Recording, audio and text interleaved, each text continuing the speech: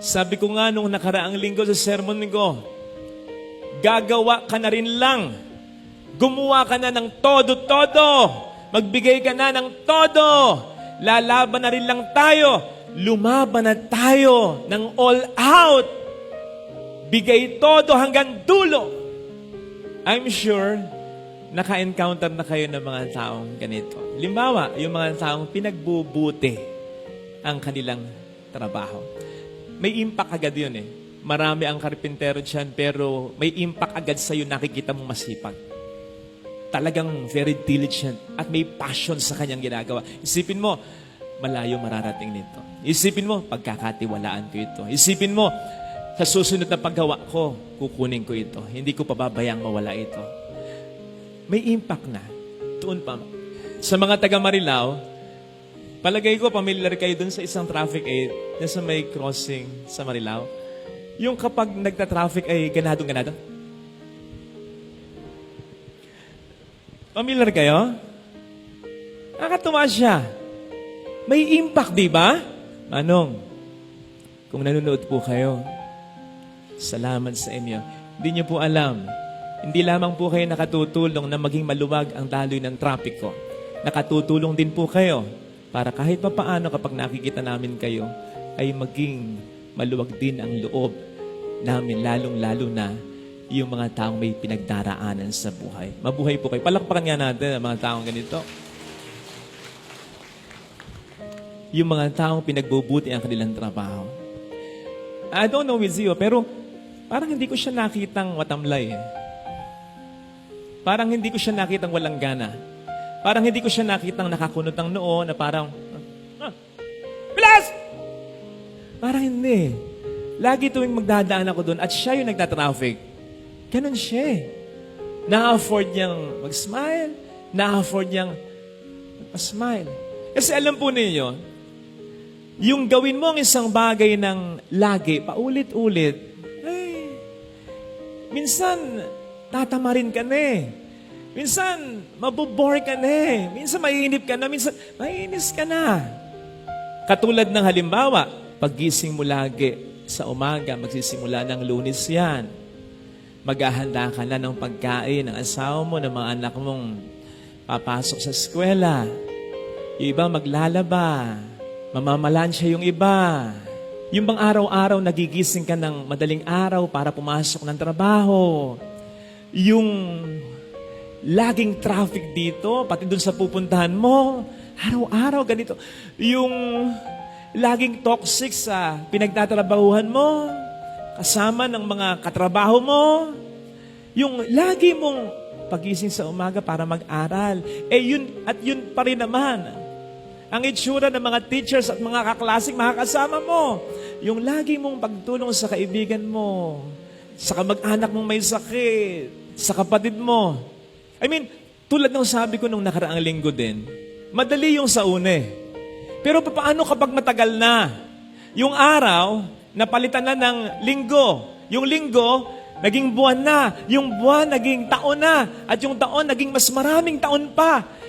It's one thing to do something that we used to do sa mga unang yugto. Pero it's another thing and certainly another level na yung paulit-ulit mong gawin, pero may zeal pa rin, may gana pa rin, may fire pa rin, may passion pa rin. Iba yun. Kasi yung passion, hindi automatic na na-acquire yun. Hindi mabilis na nakukuha yun kahit hingin mo sa Panginoon. Lord, bigyan mo ako ng gana para gawin ko yung bagay na ito, yung paglilingkod na ito, yung pagtulong na ito. Hindi automatic yun. Pinipili yun. And besides, along the way, hindi lamang boredom, hindi lamang monotony, hindi lamang loneliness ang ma-experience mo. Nandiyan na yung mga difficulties, mga problems, and disappointments along the way. Yun ang magpapababa ng spirito mo eh. Kaya yung mga tao na paulit-ulit ginagawa, yung ginagawa nila, pero may gana pa rin, may passion pa rin, kahanga-hanga talaga. Kasi hindi mo alam ang pinagdaraanan nila. Sigurado ang pinagdaraanan nila ay hindi laging mabuti, masaya at maganda. Yung traffic aid na yon, kung may asawa yon, Sigurado ba kayo na kailanman hindi nagtatalak yung asawa nun? Parang mahirap sa inyong mga babae hindi magtatalak. Kung may anak yon, lahat kaya ng anak nun may respeto at sumusunod sa kanya? Wala kayang problema sa pamilya yon? Wala kayang nararamdaman yon?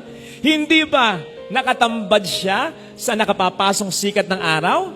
Lahat ba nung nagdadaang motorista ay hindi pasaway? Hindi mo alam pinagdaraanan niya. Pero may gana siya. Hindi mo alam kung ilang beses natalamsikan ng mantika ang iyong asawa, ang iyong ina, sa paghahanda ng pagkain ninyo. Kung ilang beses sumasakit ang likod niyan sa paglalaba at napapaso ang kamay o ang daliri sa pagpapalansya.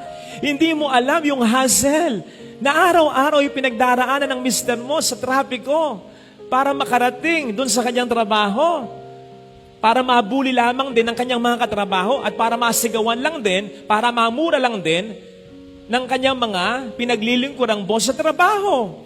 Hindi mo alam yung hirap din sa pag-aaral ng anak mo. Yung may mga pagkakataong parang ayaw niyang pumasok. Kasi hindi lamang sa natatakot siya, baka bumagsak siya sa exam, sa recitation.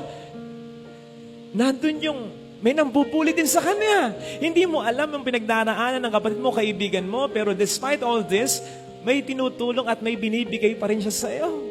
Hindi natin alam ang pinagdaraanan ng lahat ng ito. Na kung malalaman natin, sila'y mas hahangaan natin. At hindi lang hahangaan, kundi mas lalo pa nating mamahalin. When we realize na isa tayo sa mga malalaking dahilan kung bakit nila pinipili muling gumawa at gumawa, magtrabaho ng magtrabaho, ng may passion at gana sa kabila ng mga problemang hatid ng mga gawain ito.